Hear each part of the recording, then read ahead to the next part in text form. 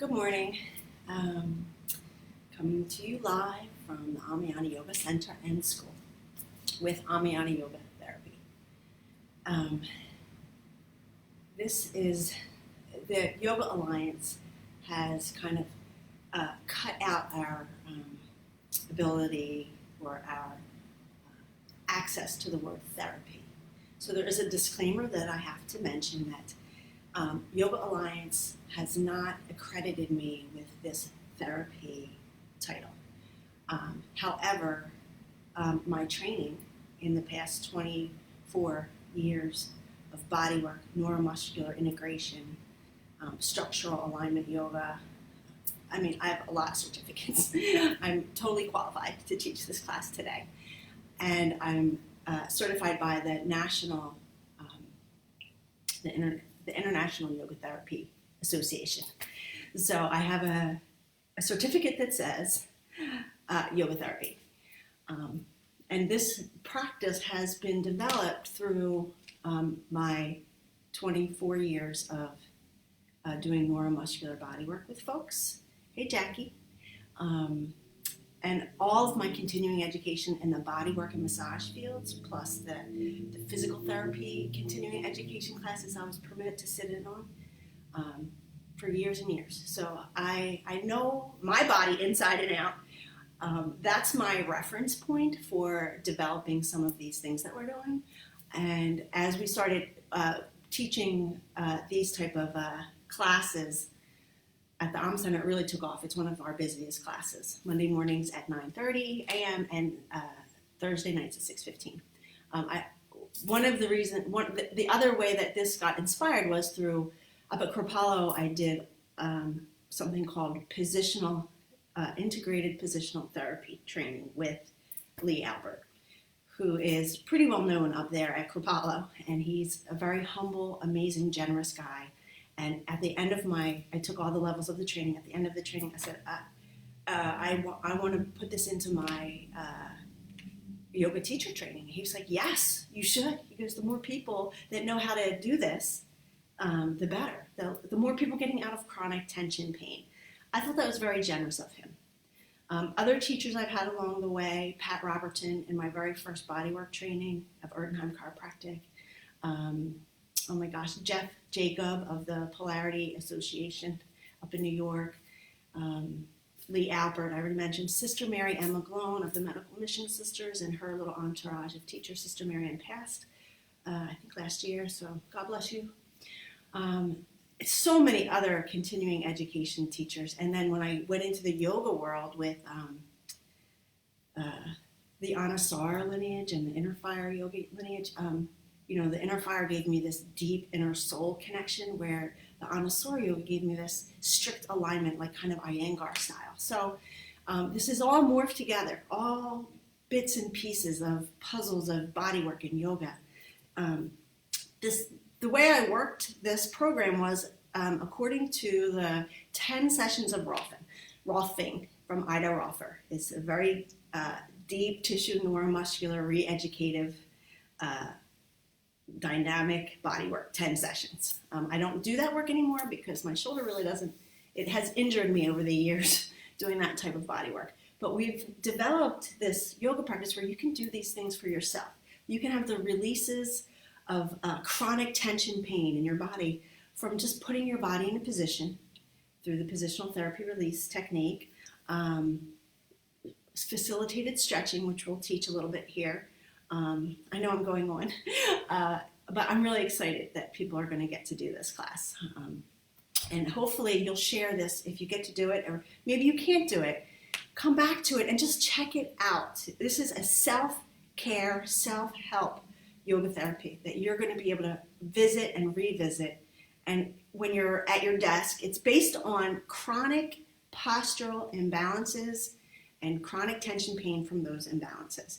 Can it be helpful to things like scoliosis and injuries and stuff on the healing method? Yeah, it can. It's not going to cure scoliosis, but I've had people come through this class for the last few years that were scheduled for surgery, and they literally only did this class. And when it came time to do surgery, they could postpone it, and then they postponed it, and now they don't need it because they know how to get themselves out of the chronic tension pain by working with their own body. And that is the goal of this type of yoga therapy, is for it to become a self-help yoga practice that you can do at home. That whenever you find yourself from being at the computer or texting or driving or gardening in that shoveling snow, which we didn't get this year, but you will be able to get yourselves out of that chronic tension pain. Will it come back? Probably, but you'll know what to do. And when we do the facilitated stretching and the re-educating the muscle tissue, you may actually have longer periods of time without this chronic tension pain. If you have back injuries, like a rupture in your discs, or like I have in the shoulder, you have to move really carefully through this. Even though it's a yoga therapy class, I can't see you. You're not here in front of me. I can't modify for you. So really listen to what I'm saying. And the most important part is if the pose that you're supposed to be comfortable in is creating pain, back out of it. I won't be looking at the sign-in sheet over here. But if you email me or message me on this page, I will go over the things and I will try my best to get back to you. I do have extra time on my hands. So if something was going on, I'm happy to hear what you have to say and give you my feedback of maybe how you could modify it or what might work better for you. This is a basic class. This class that I'm going to work from is what I teach in a workshop for yoga teachers. It's just it's called Basic Body Tension Release Sequence. So we're going to go over that. But each of the 6 classes approach the body differently depending on if we're working with the pelvis, the legs, the feet, the neck, the shoulders, the psoas muscle. And all of this is to rebalance the energies that are supporting your spine. Oftentimes, if we have a knee injury or if we sit funky in our chair at work and the pelvis goes a little lopsided, it goes to the spine. And the spinal column is what is moving that cerebrospinal fluid up and down, giving you your energy, feeding the nervous system, the electromagnetic system, all of these systems that we don't really have to know about until our body says, hello, pay attention to me, through pain or discomfort. Now, sometimes when we're in more of the active poses, the discomfort might be leading to opening. Pain isn't always leading to injury. So you have to figure out inside your own body, what is this like knife stabbing pain? Get out of it right away. Is this just a little bit of stretchy discomfort, and maybe if I breathe into it or engage a little bit differently by lifting the pelvic floor or listening to what Bridget's saying to do with my muscles, does the pain disappear? Does the discomfort disappear? So we'll see how it goes. Alrighty. I would love for you to share this. When we're in this time of struggle and folks who don't have a yoga practice, this is really nice for people who've never done yoga before. It's not overbearing. It's not over spiritual. This is we're working in our body to bring balance. When the body's in pain, a chronic tension pain, it's very challenging to get to your higher mind energies. It's very challenging to invite peace and to sit with peace because the body is just rah, rah, rah, rah, rah. So, all right, so we're going to first ground in with an Om, and just to invite your soul, your higher over soul, your eternal spirit, your Holy Spirit, your faith, whatever you want to, Mother Nature.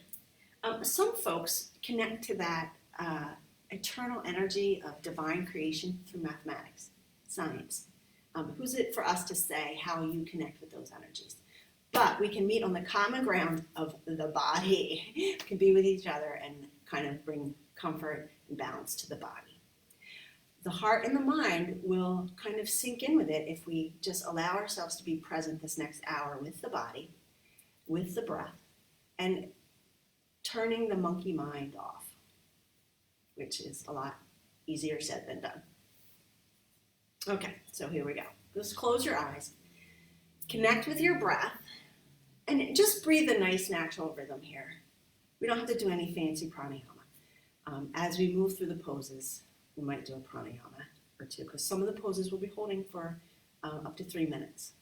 And one of them we're going to hold for 5 minutes. So close your eyes, breathe into the body. And just notice first just your natural breath.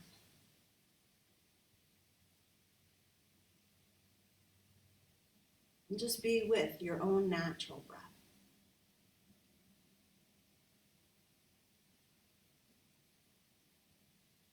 Start to deepen the inhale, finding a little pause at the top of the inhale.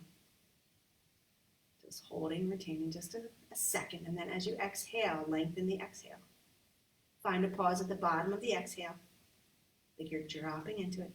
And then inhaling as if you're coming up out of that pause, lifting yourself up. All the way up to the pause at the top of the inhale. Exhaling back down. And just feel those rhythms with the breath, the ascending and the descending energy currents of the spine. Inhale, lifting up. Exhale, letting the energy go down, like just two energies moving in and through one another on a vertical line. Just keeping your eyes closed. I'm just going to ring this Om vibration singing bowl. And just follow the sound. Hold steady 1 second. I have another camera here that I forgot to turn on. I just want to be able to email this to some folks who are not on Facebook. Hold steady.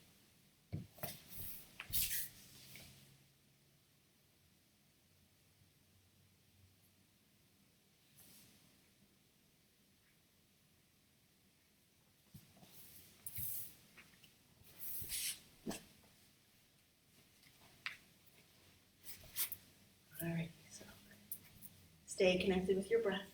For the folks on this camera, I forgot to turn it on, so you're coming in a little late, but we haven't done the Om yet. Okay. Getting nice and steady. Follow the sound.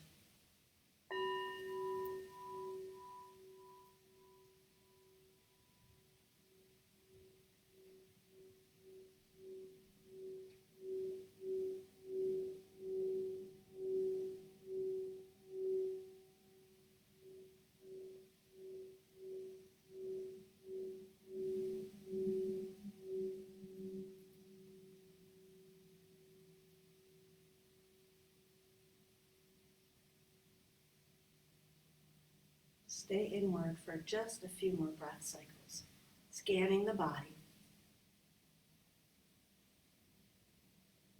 And just connect with where your body might experience that chronic tension pain. Behind the neck, across the top of the shoulder blades, maybe behind that one shoulder blade up high that's just so nagging. Low back, maybe it's a hip socket, maybe it's a knee. Just send it a nice little positive energy with the breath. Just that you're going to pay attention to it today. You're going to listen to its communication. You're going to offer this class to your body. Okay, so the first pose, I'm just going to give you another few breaths to connect with your body. I just moved a little quick right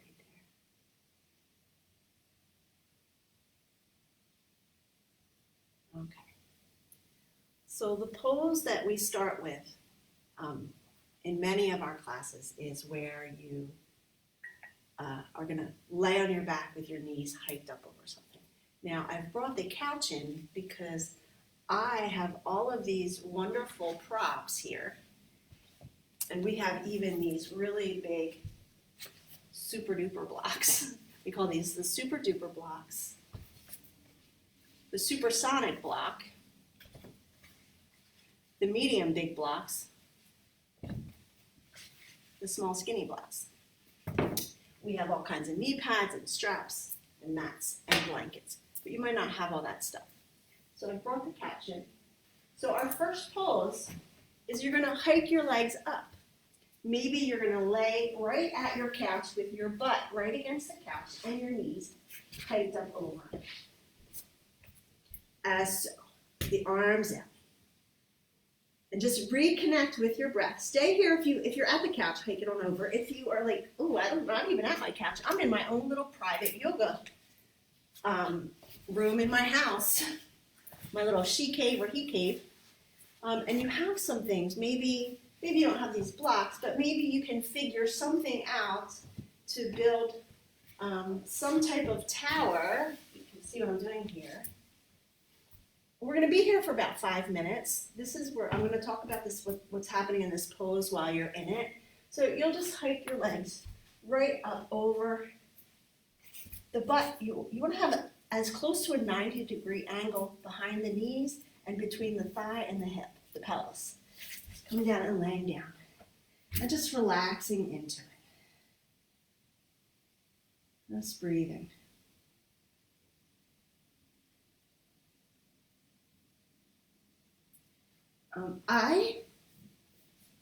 I'm not allowed to play music unless it's authorized through like YouTube, and we're not on YouTube. So if you want to put on some nice music for yourself, it just can go really nice. But if you're already down and comfortable, maybe just be with the quiet and be with the energy of yourself and the sounds out on the street. And what's happening in this pose as you're laying on your back with the knees hiked up is the low back is getting some relief because the hip crease is where the psoas and iliac psoas muscle connect on the inside of your body, and the inside of your leg and your spine is getting relaxed. The groin muscles are getting relaxed. The pelvic floor is getting relaxed. Now, if you feel like your body is going into spasm a tiny bit, let's just say it's like getting crampy and you're like, why is this getting crampy? Sometimes the messages from what go from the spinal column to the muscle is faulty. So we can fix that. So only if you're having cramping in your back, or if you want to just experience what this feels like, wherever your legs are hiked up, press the calf muscles down into what is ever underneath them. Then lift your pelvic floor, tone the low belly. So as my legs push down into the bolster, I'm going to push my hip creases down like I'm sticking my butt down into the floor. Then I'm going to cat round my back, but I'm going to push my hip creases down even at the same time I'm rounding my back and pushing my calves down. So it's coming from different directions. It's a little hard to do because when you push your hip creases down, the lower back pops up. When you push your lower back down, the hip creases pop up. So you have to if you push the hip creases down first, then pull your belly up, pull your pelvic floor up, pull your low belly in, and from above, the muscles from above, push your low back in as you're pushing the calf muscles down. Now just take a nice deep breath in, fill up your lungs completely, and then on your exhale, relax into it. And just notice how it feels. Be with your breath, be with the relaxed sense.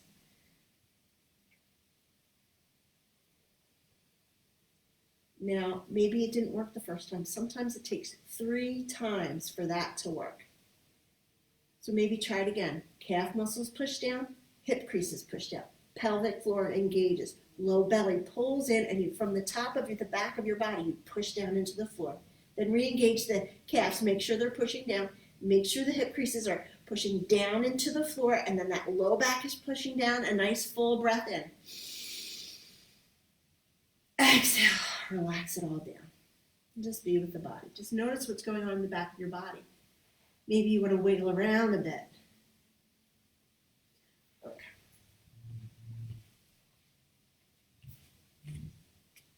This is a very nice pose to start your day with and to end your day with. So I'm going to move us along.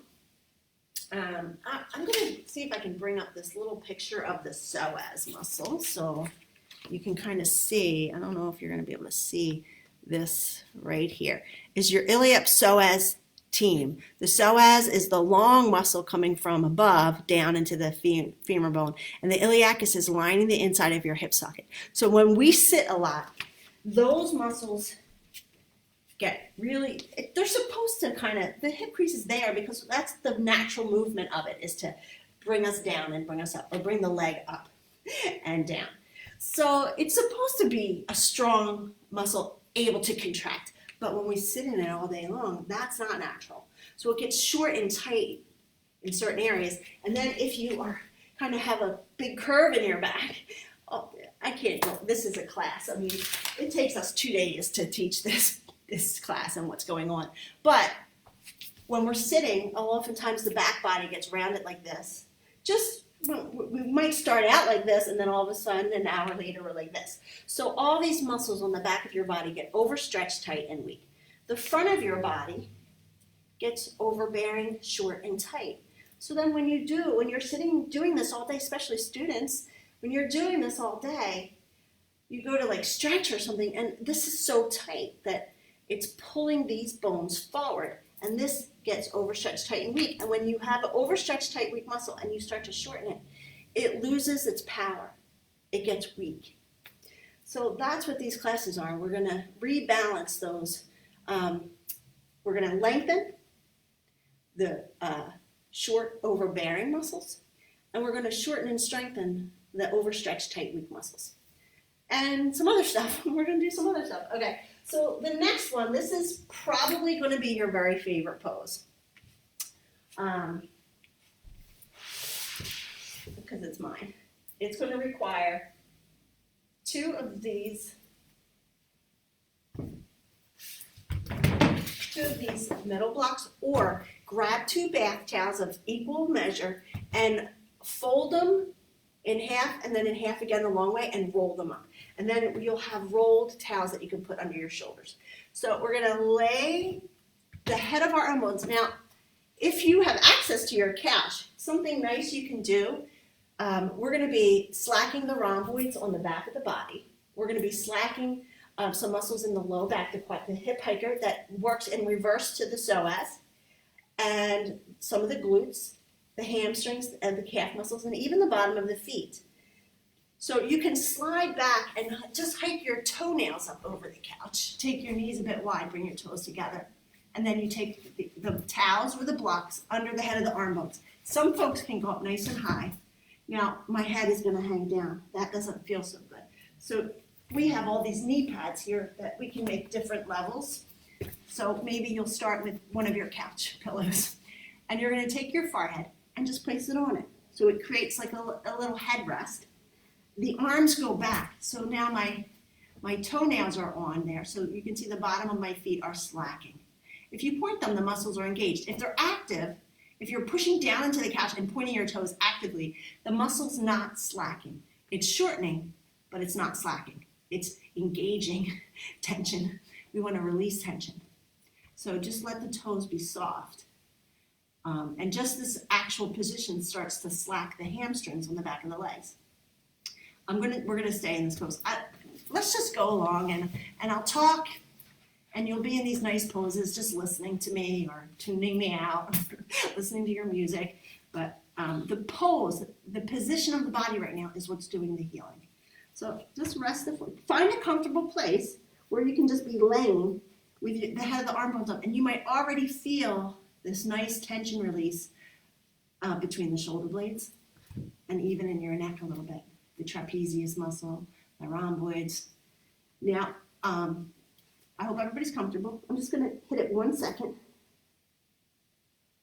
because it feels so nice on my shoulder.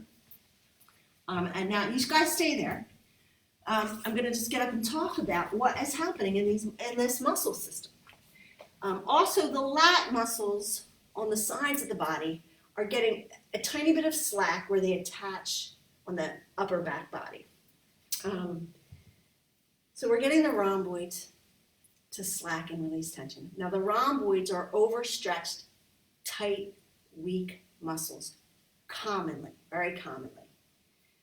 From bringing the arms forward, whether you're gardening, doing dishes, or driving, or computer work, or texting.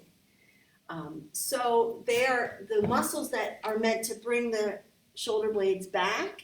When they start to work, they lose their ability to really hold the shoulder blades there for long periods of time, because it's like a rubber band. If you overstretch it and it needs tension to support something, and it gets overstretched, and then you bring it back to the place where it's supposed to be, there's going to be a lot of slack in it. It's not going to be able to hold. And it's also going to get exhausted from being in that overstretched pull. So we're undoing that. We're giving the blocks, or the towels are what's holding the arm bones back and holding the shoulder blades together. So the rhomboids aren't working. They're just relaxing. They're getting a little break from that overstretched pull. Now it's happening on the front of the body to these pec muscles that are overbearing because the arm is generally held forward more. These attachments here and the pec muscles, they get a little bit short, tight, and overbearing. They are getting a very gentle, passive stretch. Thumbs up, yeah. So this is starting to gently open very nicely. Now, the thing is, if you pull on an overbearing muscle too much, my husband's calling me. If you pull on an overbearing muscle too quick, you can tear it. You can pull it right off the bone.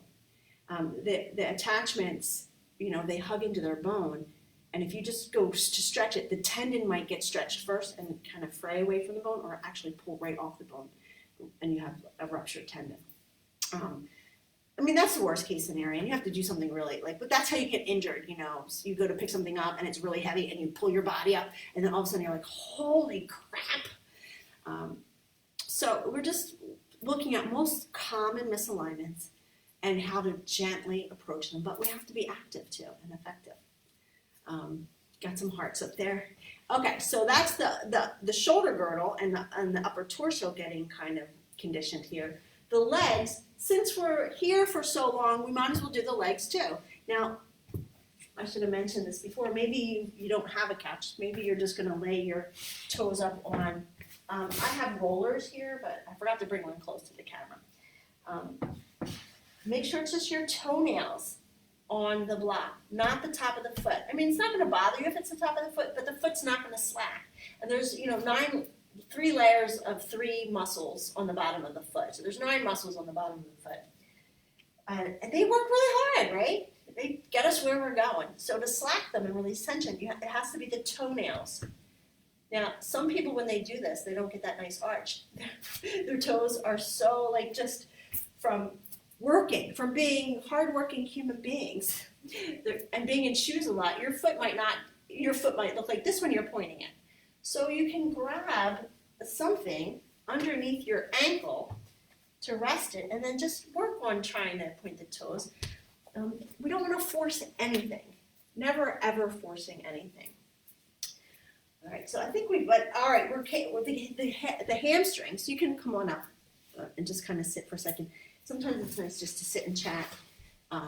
You can sit, a little simple hero pose, or on your pillow, or on your couch if you have one, if you've got the couch right there. The hamstrings from sitting are supposed to be able to be stretched right here, right? We can sit on this little super duper block. And then it's supposed to be short and tight here. Now, if we're in this position so long, we're also meant to stand up. It's supposed to be able to lengthen here. So behind your knee is your calf muscle and your hamstring attachments crossing behind the knee. The hamstrings come down the leg and attach up at the back of your tibia bone, the shin bone. The calf muscle comes up and goes across. They cross each other, they move in and through one another and attach at the bottom of your fibula bone. So when they get short and tight here, it's going to get overbearing, right? And then you go to stand up. This is overstretched, tight and weak. So we go to stand up. This loses its ability to help you support. And this gets tight, and we're like, oh, so it's going to pull from below and affect your knee. Now, I'm giving generalizations here. I don't know what's going on in your body. I'm just telling you where these muscles attach and meet one another and work together. And sometimes they work against each other to work together, the antagonistic muscle system. So this gets weak. This right here is in the front of the thighs is getting overbearing, tight, and shortened. So when you go to stand up, your pelvis, this one thigh muscle, the quadricep, goes from below your knee up to your hip bone. If that's short and tight, this is overstretched, tight, and weak. There's going to be instability front and back of the pelvis. And then you've got a tight psoas muscle. So you're going to stand up. Psoas attached to spine, compression in the spine. Chronic tension pain. So also, we've relaxed the psoas in that first pose. Now, with the knees up, laying on our belly, with the rhomboids getting worked and the front of the chest getting open, the psoas went into a neutral place between where it attaches at the the spine up above your navel on the spine. It attaches and it goes down the sides of the spine and attaches to your upper inner thigh. So we just had it in a nice neutral position. So the next thing we're going to do is we're going to do this. We're going to lengthen the top part of the psoas muscle passively, very passively. We are going to, where are we? And then we're going to actively work the psoas. Now we're going to keep the calf muscles and the hamstrings slacking here. So maybe you're going to keep your feet up over the couch. Now you can take your top of your foot up. You don't have to be pointing the foot anymore, but maybe you're here. Okay, we're going to just prop up into this Sphinx pose, like an Egyptian Sphinx. First take your elbows up right underneath your shoulders, and your arms are parallel to each other. Now just walk each arm forward 6 inches, so that now the bottom of your rib cage slumps into the ground. This is a slumping pose first. So we're just letting the body slump. You might even feel that your low back is starting to get soft. Give your butt a little shake. The counter muscles, the antagonist to the psoas and the iliacus, is called the quadratus lumborum. It's a hip hiker, but it also is something the psoas can work against to give it some force for movement. So it's between the back of your pelvis and the back of your rib cage. So you might start to feel we're slacking it here. We're just letting it gets overstretched, tight, and weak. Sometimes, for some people.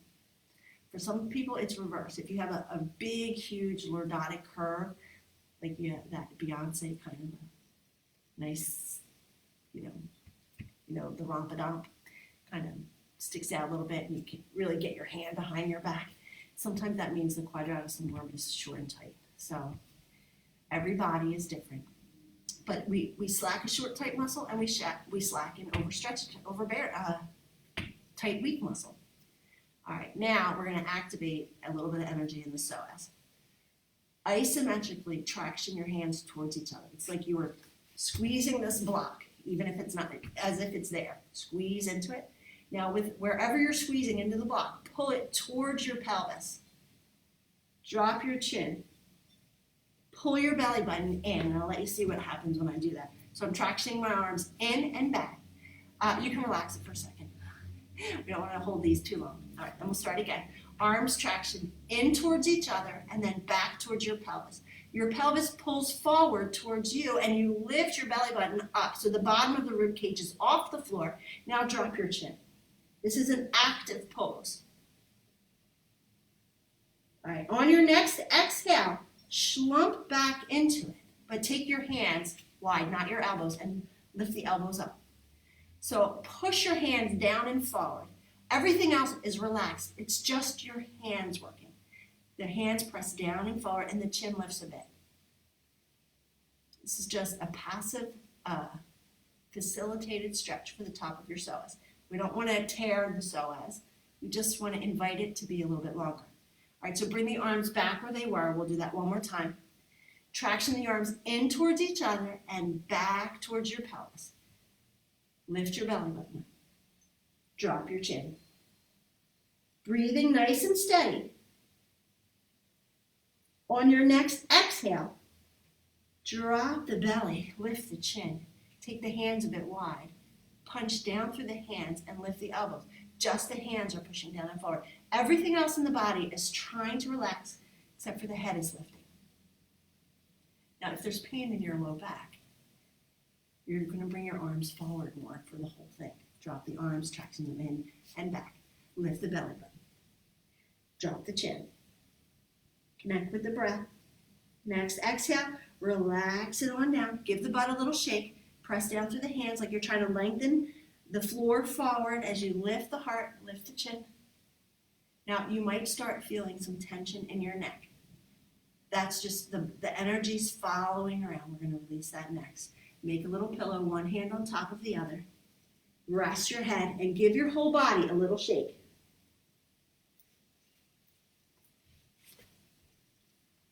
And then relax into it. Just hold steady there. Just notice in your body what's starting to happen from just this little tiny practice. You know, we're spending a lot of time in these poses, but how long do we spend sitting at the computer or texting or gardening or doing dishes or vacuuming? How often are we moving and with the body in these imbalanced positions? So now we all have some extra time on our hands. Let's take care of the body. It has to last us our whole life. I'd rather be comfortable in this body than uncomfortable. Okay, so we're through that. This is going to be a nice release for the neck and the upper shoulder girdle. And this, have I told you one's my favorite yet? I think they're all my favorite. Lay on your belly, just like so. Take your arms out to make a T. Oh, I think my camera turned off on this film. Oh, well, that film. I won't worry about that video. Okay, the arms are out in a T. Can everybody see me? I'm putting my feet up on the couch just so you can see me, but you want them back behind you.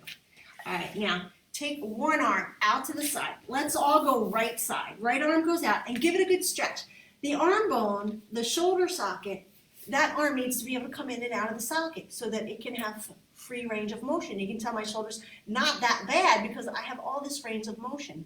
Whatever's going on in it is strain. Thank God, not a rupture. If it was a rupture, I wouldn't even be able to lift my arm. All right, so the arm goes out. Give it a little reach. Walk the fingers out. We're getting a nice stretch for the pec muscle. And then roll over to your right hip. Now let your head drop to the floor. Bend your knees forward of your body and let yourself rest here. This is, stay right there. I'm going to just get up and talk a bit. This is slacking the rhomboid. Again, we slacked them already together. Now we're going to address each rhomboid section individually. We're going to also slack the left side quadratus lumborum, that hip hiker that we just kind of slacked in that psoas facilitated stretch. So that's getting another little slack on one side. It's just a soft pose.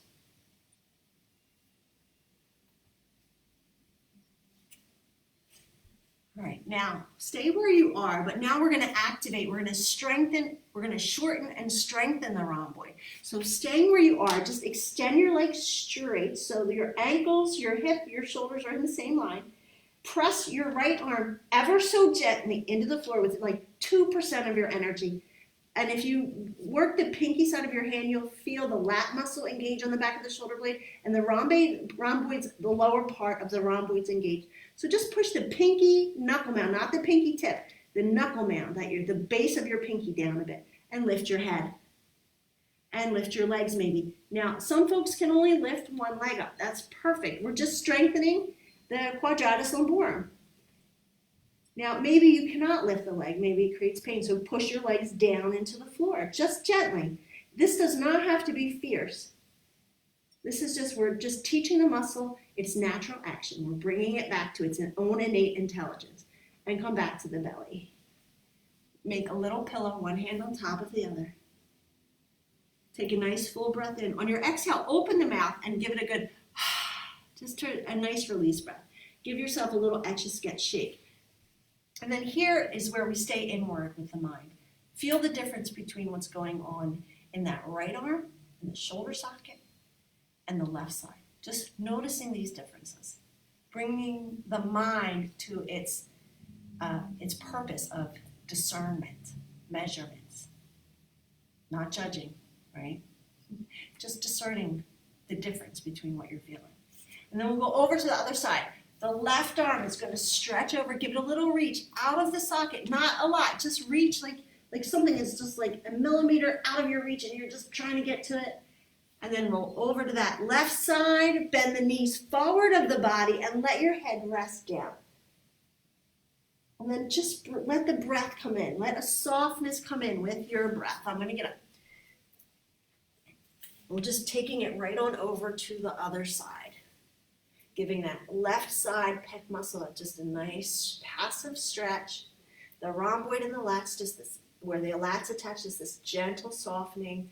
Now the quadratus lumborum on the right side is getting a little slack. Just hold it, just being with it, being with a softness in this position. If you're a yoga instructor and you email me, there's a lot of information here. I could actually put this out for a continuing education, I think an hour credit. So I'm happy to do that. There's a lot of information here and anatomically, and these poses are awesome. And I can even mail you the handouts or email them to you. Maybe you'll donate like $10 or something. Alrighty, so now staying there right where you are, just extend your legs straight. Press the pinky side of that right palm down a bit and lift the head. Maybe lift the legs. The top hand is going to support you. Maybe lift the legs up. Maybe just the top leg goes up. If there's any pain, push your legs down into the floor. And come on over to the belly. Make that little pillow, one hand on top of the other. Rest the forehead down. And give your body that gentle little Etch-a-Sketch shake.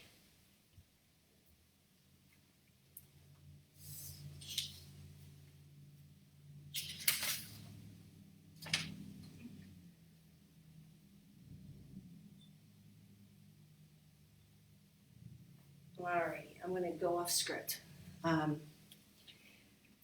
Line your hands up along the sides of your heart. Press down through the hands and make your way up to a child's pose. Bring the big toe mounts together and just sit on your butt. To go once again we just stretched the pecs, so we're just going to soften them again, bringing the elbows gently in.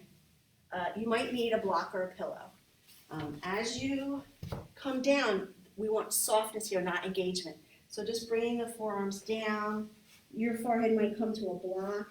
You can make like a little cradle with your hands for your forehead, but we're just going to slack the whole front of the body once again. And then you're going to hold steady. I'm going to quick run and get a roller. Take me 10 seconds.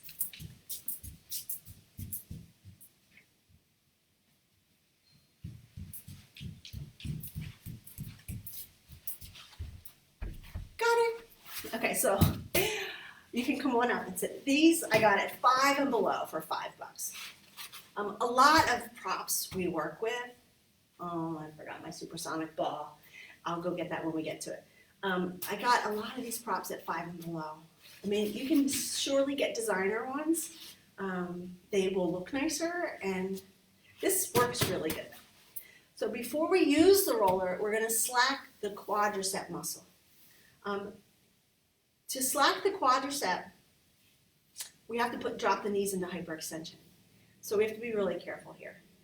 I usually just take 2 blocks at the front. Now, if you have the couch, you'll go back and you'll sit against the couch. If you have a wall, go sit against the wall. You also might, if you're sitting against the wall, we want to keep a little bit of a curve in the low back. So maybe sit up on a blanket or a pillow so that you won't round into your back. You want to sit up nice and tall. For this one, I have some issues between the muscles all around my pelvis. So I'm going to go up on a blanket here, and I'm going to lean against the couch. So now my legs, because my butt is up, they're already dropping a bit into hyperextension. Now, hyperextension is nothing we want to jam ourselves into. We're doing it very softly. So you can take a block right underneath each heel. Keep the toes pointing up. So if you take your thighs and rotate them inward, make your toes point in, it just helps keep, we're slacking the quadricep muscles, and especially right above the knee where it gets really overstretched, tight, and weak. Now, right up in the top of your pelvis, it's still getting short. You might be getting a little cramping there. We're going to work that when we stretch it, because that part needs to be dynamically, gently stretched. But, above the knee needs to be a little shortened and strengthened because it's an overstretched common area. But overstretched tight muscle still holds chronic tension. So I'll show you what this looks like from the side because I notice my clothing is pretty dark. So I'm sitting up nice and tall. I have this nice low back arch, and now I'm just slacking. There, that might be better. I'm slacking the quadricep and letting my knee drop into some hyperextension. Now, it takes only about 90 seconds for the muscle to really release its tension. But you can actually give yourself a nice squishy massage right at the top of your knee. Just gently, you'll feel a lot more tension being released, and it actually feels very nice just to give yourself a little squish.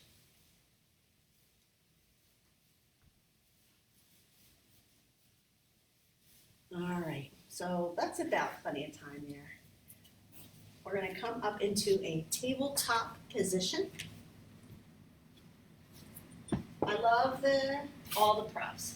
When we're done this class on Monday mornings, it looks like romper room, and here there's props everywhere. It takes a little longer to put stuff away. So we're going to facilitate a stretch, a nice soft conditioning for the top of the thigh as it moves along the front of the femur bone up into the hip bone. So I'm going to work my right leg so my left foot comes forward. I'm going to take the right leg back. I should not wear these dark clothes. All right, so now you see it's already getting a stretch here. You can grab a strap. We use straps here too. So I'm just going to grab it with my hand, but you might need a tie or a belt or a dish towel wrapped around. All right, now I'm going to use a block for a supersonic block just to help my hand. Now I'm not cranking my body weight into my hand. I'm just using it for balance. Kick the right foot. I've got my right leg back. Kick the right foot, and then just feel where you are with your stretch. Push your hip crease back a bit. Now lift the pelvic floor, tone the low belly, and just kind of bring the bones forward. But think about taking your inner thigh. It keeps going back behind you, so the femur bone is rolling in the socket inward as you're bringing the bones forward. That just secures that our femur head in the socket isn't pushing forward into those tendon attachments. All right, so you can see how I do that. I roll it back. All right, now just very gently pull your hand and foot into each other. Nice big breath in. And on your exhale, keep pulling your arm, but relax your leg and lunge forward a bit more. Inhale, create the tension for just like 8 seconds. Exhale, lean into it. We're going to hold a little bit longer just for the stretch. You'll feel stretch. Now, if there's a pain in your low back, you can do this laying on your belly. If you're here with me and you're feeling good, go a couple more rounds. Just inhaling, creating the tension. Exhaling, creating a stretch. And then when you create the stretch, take a few breath cycles, like 2 full breath cycles before you create the dynamic tension again. If that's not working for you, you can lay on your belly and do it this way. Just a little tension, and then pull the heel to the butt. A little tension, pull the heel to the butt. Of course, you're going to be nice, long inhale, exhale, hold, a few breath cycles. Because it doesn't matter if you're getting this super stretch. We're tapping into that muscle. Each fiber has its own innate intelligence. We're just reconnecting it. We're just teaching it to be what it needs to be. Longer and stronger, not stronger, longer and less overbearing, or shorter and stronger. And then we'll go to the other side. So now the right foot's going to come forward. Take the knee back a bit and see how your stretch is. Now for me, I'm kind of flexible now after all these years of yoga. So I'm here to begin with, but you might be right here. You might already feel the stretch. So just go to where you feel the stretch. And then kick the heel to the butt. Now maybe you're not able to kick your heel to your butt. Maybe that's like, oh, I can't do that. Not even with a strap. Don't worry about it. Bring both hands down. You see the stretch you're already getting? On your inhale, kind of traction your back knee forward. And on your exhale, release it and lift your body up a bit. You're getting that stretch. So coming back down, inhale, tractioning the back knee and the front foot towards each other, creating that dynamic tension in the top of the muscle. And on your exhale, going into the stretch. You can go back and forth just like that. You can even do it just with the torso up. On your inhale, scissor the legs together, lift the pelvic floor, toe the low belly, you'll feel the muscle engage. Exhale, let go of it. Maybe take the body back. It's attaching right here, so we can get a gentle stretch there. Nothing fierce. Don't push the pelvis. Just relax the body. The position of the relaxed body will facilitate the stretch. And then we bring back into the muscle action. Scissor it together, lift the pelvic floor, tone the low belly. Nice, full, long, deep breath. Exhale, relax the body. Or maybe you are holding the foot. Maybe you are able to go deeper. Maybe you're a gummy kind of a person. So whatever works for your body. That's the beauty of this practice, is we're not trying to get anywhere but to balance and comfort in our own body. So if you're able to let go of some chronic tension and get up and walk out of the room and feel like, woo, I feel good in my body, that's great. We're not trying to get to handstands, headstands, back bends. That's another class. We're gonna do a dynamic, advanced asana class, hopefully. Okay, so there we have it. We're not done. That's not there. We have it, but there we have the thigh stretch. Now we're gonna do some self-therapy. Take the roller. We're gonna work the legs, especially the quadratus muscles, the quadriceps on the front of the leg. They go from the bottom of the knee to the hip, but we're not gonna roll across the knee.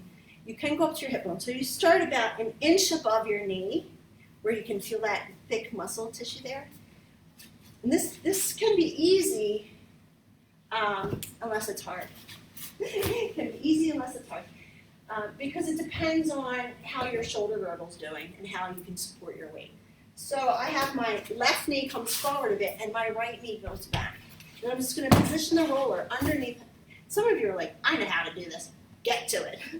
But if you're like, what? I never did this before in my life. I'm just going to kind of roll back and forth, massaging my quadriceps. And I'm going to go all the way up to the side of the hip. That's giving it a nice roll. Now, we're not going to stay here too long. But I do encourage you, after this, is to really roll that quadricep out. And we'll go to the other side. Because we still have to get to the IT bands and the inner adductor muscles of the legs. Just rolling back and forth. Now, I will tell you that when we work the legs, it takes pressure off the pelvis. When we balance out the energy of the legs into the pelvis, it takes pressure off your neck. And it will make the neck work a lot easier. All right, so let's just say we were rolling that for a good 5 minutes. You want to spend some time getting some trigger points. A trigger point is where you hit the muscle with this pressure and you're like, ooh. That's a different kind of a pain. It's not that I'm going to move to injury pain. It's a tenderness, like a bruise almost, like you're hitting a bruise. Stay with it for like 24 seconds. It should start to dissipate after 12 seconds. But it might not if it's been holding tension for a long time, as long as it doesn't increase in pain. If it increases in pain, come off it right away and email me, and I might be able to figure out something that's going on. Because you don't want it to be increasing in pain. It has to be either staying the same or dissipating. Most trigger points start to dissipate after 12 seconds. A little bit. They don't completely dissipate. They just start to get less. All right, now we're going to talk about the IT bands along the side of your leg. Going from your outer knee all up the side, and it merges in. There's a muscle up here. It looks kind of like this hand right here, sort of, called the tensor fascia lata. So the IT band is really connected to that, but it also reaches around into your glute max muscle with these little, to me they look like a hand grabbing the bum. I don't know how, they go up kind of like this, just as they merge into the glute muscles. So the IT band is a big band of connective tissue. It's not a muscle. It doesn't have its own blood supply. So when the muscles of the quadriceps and the hamstrings get imbalanced or overworked or overstretched, they affect the IT band. Some portions of your IT band can be sticking to an underlying muscle that's short and overbearing, and some can be kind of merging into this part of the body where it's overstretched, tight, and weak. So you get all this havoc in the side of your knee. What do we do about that? Well, to slack the IT band, one of my favorite poses, well, let's just do it easy. I'll show you towards the end how I do it. My favorite way to do it, but you can go back where how we slacked the quadriceps. We sat up against the couch or the wall. I have to go up on a little lift. Bring the soles of the feet together. Now, this is my supine butterfly pose. Some people's legs can go flail right out onto the floor. I'm very tight here. So to slack my IT bands, I want to just make them stop working. So I'm just going to prop up my thighs. Now, maybe you have something around, a couple encyclopedias. Just stack them up and I'm just resting them here. You can also lay down in supine butterfly. We're just getting both sides at the same time. Before we end the class, we'll get each IT band separately. But we sit here about 90 seconds. So you stay here just for another few breath cycles.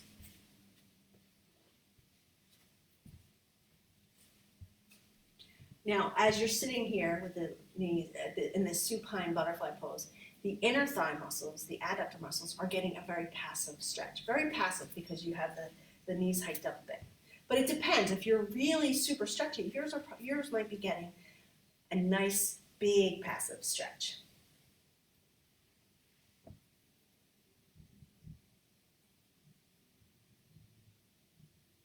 Okay, come on up. We're going to roll those now. So the IT band, if you kind of sit like that little mermaid kind of sit, and then you place the roller on the side of your leg, you can just come down onto the forearm, extend the legs out, lift the pelvis, and then lay your side of your leg on the block, and we're just going to roll back and forth.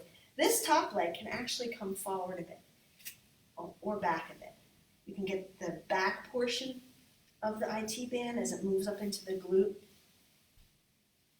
You can go right onto the side of it because a lot of it gets really kind of bound up at the side of the pelvic bone. And then where the tensor fascia latte, it's like a big coffee drink, right along the side, front portion of your upper thigh bone where it merges into the hip. So you can go over again like you were doing when you were doing the quadriceps and just give it a little roll. And then we'll do the other side. Now, I know you might be grunting and groaning. This is so nice for the muscle. This is the portion that is inspired by the Rolfing technique. It's just some of that myofascial and integrative neuromuscular body work. One leg always seems to be a bit tighter than the other. So you can go towards the back, get the back of the IT band, the back section that merges into the glute max. You can get the side of the pelvis up high where the glute medius and minimus are. And then the front angle portion. And now there's just the inner thighs. Now, the inner thighs are a little bit tighter for me. So here we're just going to lay on the belly, hike your right leg over the block, like a half frog pose, and you'll already start to feel. You're just going to right above the inside of the knee, just give it a little roll. And then you can go gently up higher to the inner thigh. I highly recommend, keep going. I highly recommend getting one of these rollers. And then you guys might not have one, so I don't want to spend a lot of time doing this if you don't have a roller. But you can also use maybe a block. This is what we used before we had rollers. You just take an angle of the block and kind of let it merge into the inner thighs. You're obviously not going to roll it. It's like a square wheel, but if you line it up so that you can kind of push the corner into the inner thigh, it can alleviate some of that trigger point work. Now also, if you have a big supersonic ball, you can work with that too. I'm not going to bring it out. I know we've been here a while, so I'm going to start to wind the class down. All right, so we got the shoulder girdle, we got the pelvic girdle. I'm going to do the neck last. So we're just going to work a little bit more, slacking the IT band side to side, and the hip hiker we're going to get again. So you just lay on the belly. You may want a block or a pillow, a couch pillow. Hike your right leg out for a half frog pose, and then maybe take a block underneath that knee, just so it's up a little higher. So now we're getting, the IT band is getting kind of slacked, shortened and slacked. The inner thigh is getting passively stretched. You can lay exactly just like that. I'm not in a position where you can see me. So the other thing you can do is side bend your body a bit. Now the common, I see this across the class, I say side bend your body, and I see this. So this is a rotation of the body, not a side bend. So I'm not getting the side body slack that I'm looking for.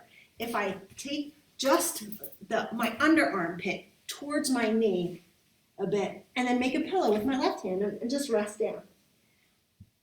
I'm just shortening and slacking the right side body. And then you can bend that left leg. See if your right hand can go back and grab your foot, and then just relax into it.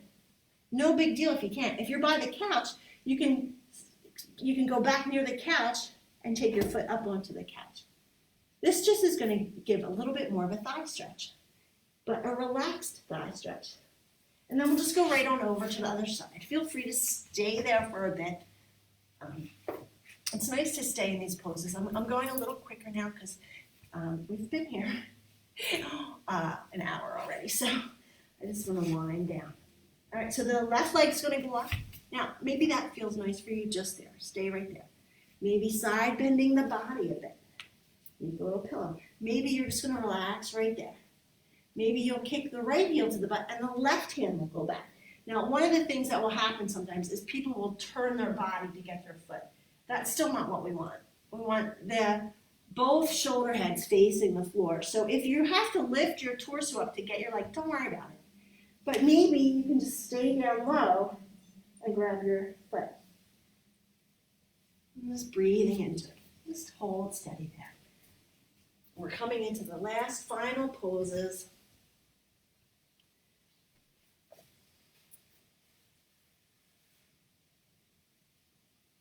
Alrighty. Just make your way up so that you're just seated on your mat or your floor, bringing the soles of the feet once again together and creating that butterfly pose, and we're going to lay down into it. Go ahead, lay on your back. The psoas is often referred to as the iliac psoas. It's a team, the iliacus and the psoas, the picture I showed you, the pelvic bone muscles and the hip flexor muscle. The iliacus lays on the inside of your pelvic bone. It's not an easy muscle to stretch. Like we can stretch the bicep by just straightening the arm and giving it a good stretch. Take the hands behind the back, give it a good stretch. But the iliacus is laying on a bone. So one of the best ways to stretch it gently, very gently, is just to lay on your back in a supine butterfly, press the pinky sides of your feet together. Try to feel your pinky toe mounds, not the pinky toe tips, but the pinky toe mound, touching on both feet. Press down through the arms, squeeze the shoulder blades together, and lift the pelvis up. Now, if there's pain, bring it back down again and just lay there where it is. You're getting a nice little stretch at where your iliacus attaches to the inner thigh bone. So it's going to gently, over a few breath cycles, start to bring a stretch into the belly of the muscle up laying on the bone. If you can lift the legs, you can even grab just a pillow and put it under your pelvis so that you're not having to hold yourself up there. And it just gives the iliacus this nice, gentle, facilitated stretch. And then just breathe into it. Stay there.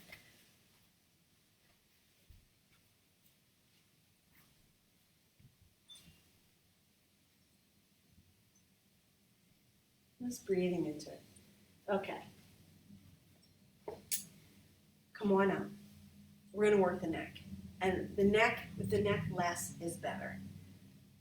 We've gotten a lot of unwinding in the tissue, all the way up the legs, into the pelvis, up through the torso, out through the shoulders, the pecs, the arms even. We've got a nice stretch from those T stretches and flipping to one side.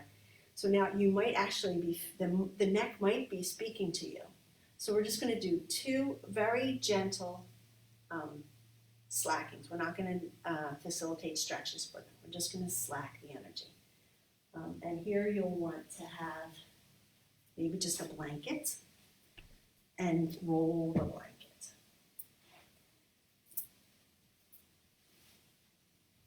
Okay. If you want, you can, I wouldn't hike your legs up over the couch yet. I'm going to show you what we're going to do first, just so you have the idea, because once you get into this pose, you don't want to be jumping all around with the neck. So the first pose is we're going to lay the back of our head on the blanket above the neck. So it's going to facilitate a big forward flexion of your head. That's going to kind of stretch the upper trapezius fibers, which oftentimes get short and tight from this action. So we're just going to give that a nice little passive stretch. And then you tilt your right ear towards your shoulder a 1/2 inch. So it's just like this. And then you turn your chin 1 inch that way. So oftentimes I'll see this.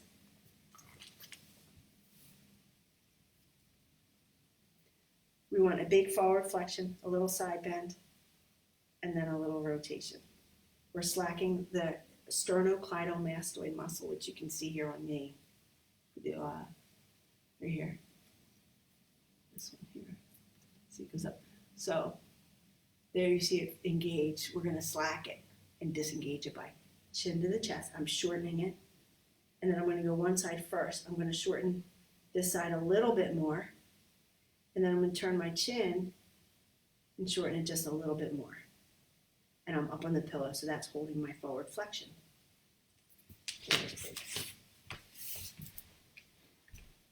So the pillow or the blanket is creating the forward flexion. Then I'm going to gently side bend just a bit and then turn my chin just a bit and relax.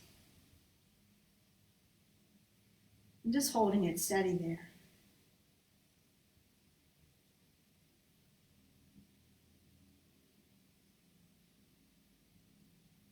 You might already start to feel like, oh yeah, this feels good if you're doing it right, and I can't see you. All right, now you're going to bring the head completely back center on the pillow, and then the pillow is creating this forward flexion. Then I'm just going to gently side bend my head so my ear comes closer to my shoulder, and then it's a tiny rotation. I'm going to rest into it. Stay right there. I'm going to just come up. This is important to know that it only takes 90 seconds. If you spend up to 3 minutes there, you're okay. But if you spend more time than that, the body is going to start to do funky stuff, and we're slacking the muscle. It's like when you're sleeping, you're not active. But at first, the body's doing this because it's releasing something. But if you fall asleep into it, then it creates this imbalance.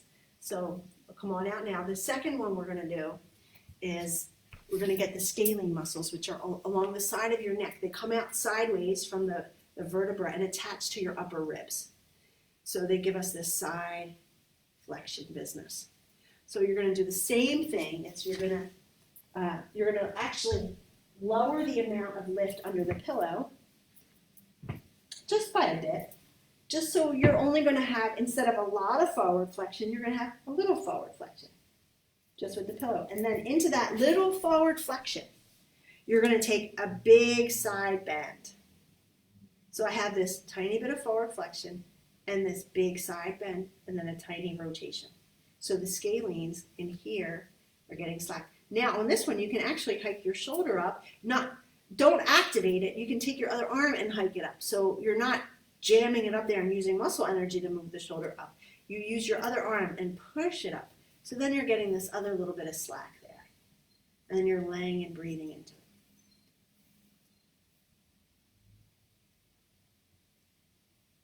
Maybe you have some nice music going.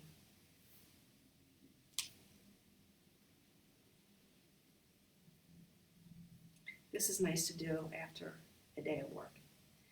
All right, second side. Bring the head back center. Then it's just that little tiny bit of forward flexion. Then that the pillow is giving you. and then a big side bend. Maybe bring that shoulder up. And then a tiny bit of rotation towards that shoulder, just a little bit. And you're just letting those muscles slack. So just relaxing into it. Close your eyes. Just breathe into that area. If you feel a pull on the other side, oh, my daughter just knocked on the window. She's here. If you feel that a stretch on the other side, back out. Maneuver it around so that you can feel that soft release here.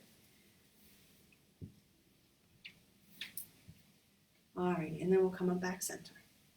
Now, just take the pillow out from under your head and just turn your head left and then bring it center. Turn it right and bring it center. And just kind of very, very gently take your head left and right, just with your own breath. We have one more little thing to do. I'm going to do another. We're going to be in quarantine for a little bit longer. I don't know if you guys have heard, but it might stretch on past the March 28th. So I'm going to try to do as many different ones of these as I can think of. I'm going to use my body to see, but one of the most common things is the front of the body is overstretched, tight, and weak, and the back of the body, no, I said that wrong. The front of the body is short, tight, and overbearing. The back of the body tends to be overstretched, tight, and weak. So there's this one yoga pose that physical therapists use. Like, it's just a beautiful pose to help open the front of the body and shorten and strengthen the back of the body. And if you've been doing yoga a long time, you're always like, yeah, hello, bridge pose. So you're just going to lay on your back. The feet get set about hips distance apart. Lay on your back. The arms press down. Squeeze the shoulder blades together. Press your arms down. You want to have a nice curve in your neck, a natural curve. And your head is just gently going to push into the floor, like with 2% energy. Just so you feel those neck muscles that we just deactivated and slacked and released tension from. So we don't want to cram tension back in there. It's just a gentle push into the floor. But the arms do push down, the feet push down, and the pelvis comes up. Then you can walk your shoulders under a little bit more. If you grab the sides of your mat and pull out, you can get another little facilitated stretch for the pec muscles in the front of the shoulders. But you don't need to do that. And whatever your bridge pose is, this is enough. Feel your heels push down. The hamstrings up here are shortening and strengthening because you're lifting your pelvis up. They're not in this overstretched state. So push the heels down. Now think about your hip creases going down as the thigh bones and the pelvic bones go up by pushing down through your feet and your hands. You'll feel your arms, as you push down through the back of the arm, the back body's engaging. We're shortening and strengthening it. All right, release it all the way down. Bring the knees to the chest. Grab your knees and gently rock side to side. All right, set the feet on the floor. Take your tush to the left. Let your knees drop to the right. Take the arms out to a cactus or a T. Your head can turn away from your knees or just keep it where it feels nice. We just did all this work for it, so we don't want to crank it back into a twist that's going to upset the neck. And then just breathe into it.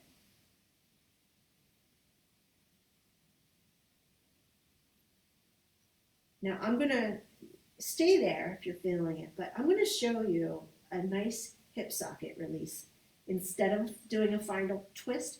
If you're in the final twist, inhale up through center, exhale to the other side.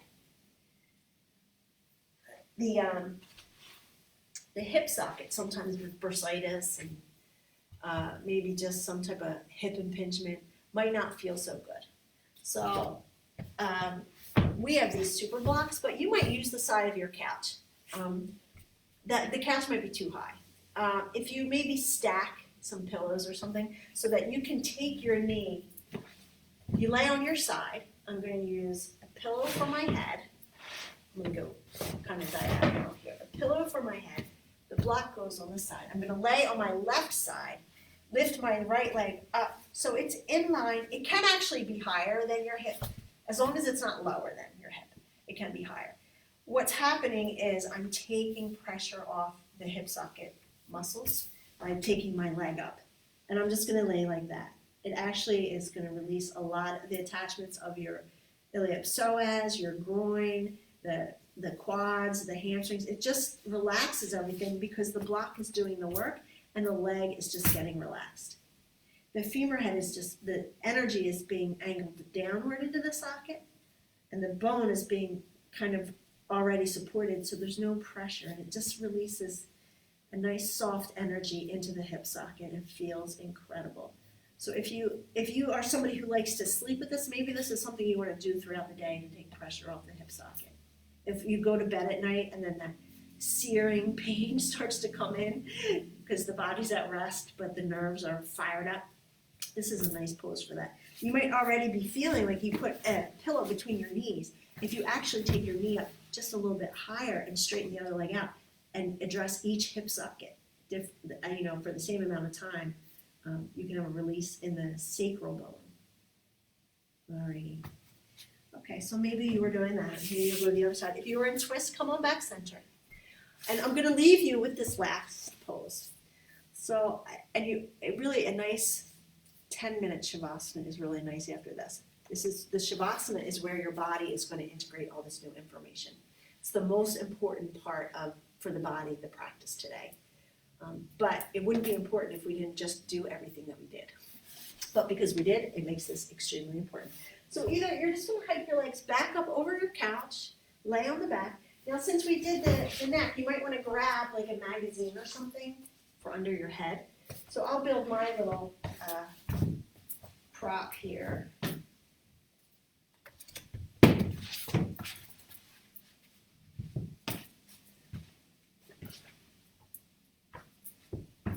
Go up nice and high.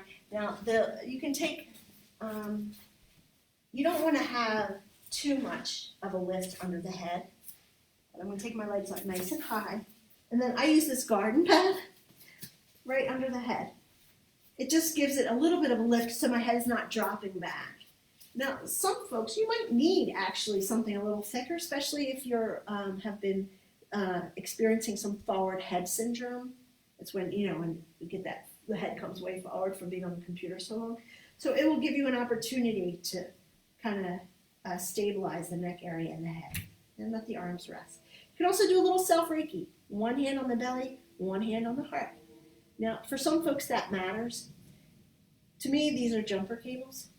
Whatever needs the most, energy's gonna push out through my right hand and pull in with my left hand. So wherever I put, I want to push energy up into my heart. So I take my right hand to my belly, my left hand to my heart, and that energy's going to push up. If you did it in reverse, you're going to push your heart energy down into your belly.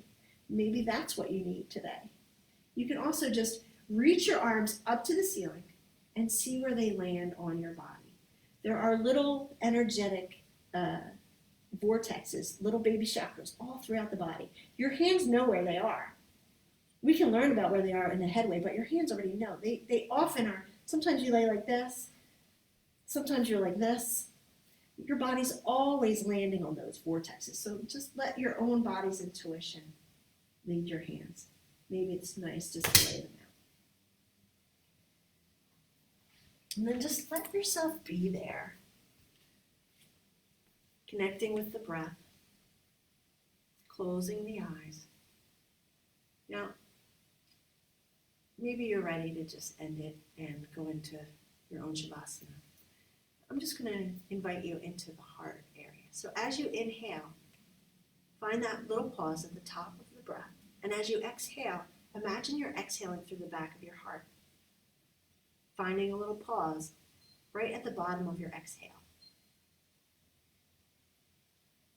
Each inhale, just finding that expression of expansion. And each exhale, finding that inward energy. Like the inhale is expanding and the exhale is deepening.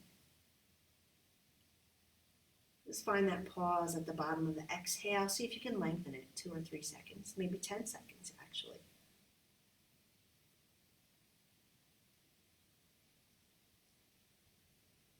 And then right after you connect with that pause, the bottom of the exhale, inhale from there. As if your inhale is expanding that pause. Exhale, deepening, going into this inner sanctum of your heart. Pausing to notice it. Inhaling to expand it. Exhaling to deepen it. Pausing to notice it. And so forth. Inhale, expanding the heart, that inner center. Exhale, deepening as if you're diving into this inner ocean of this inner self. Pausing just to be with it. Just give yourself a few minutes of real rest and relaxation. I'm going to close us out with another Om. Follow the sound.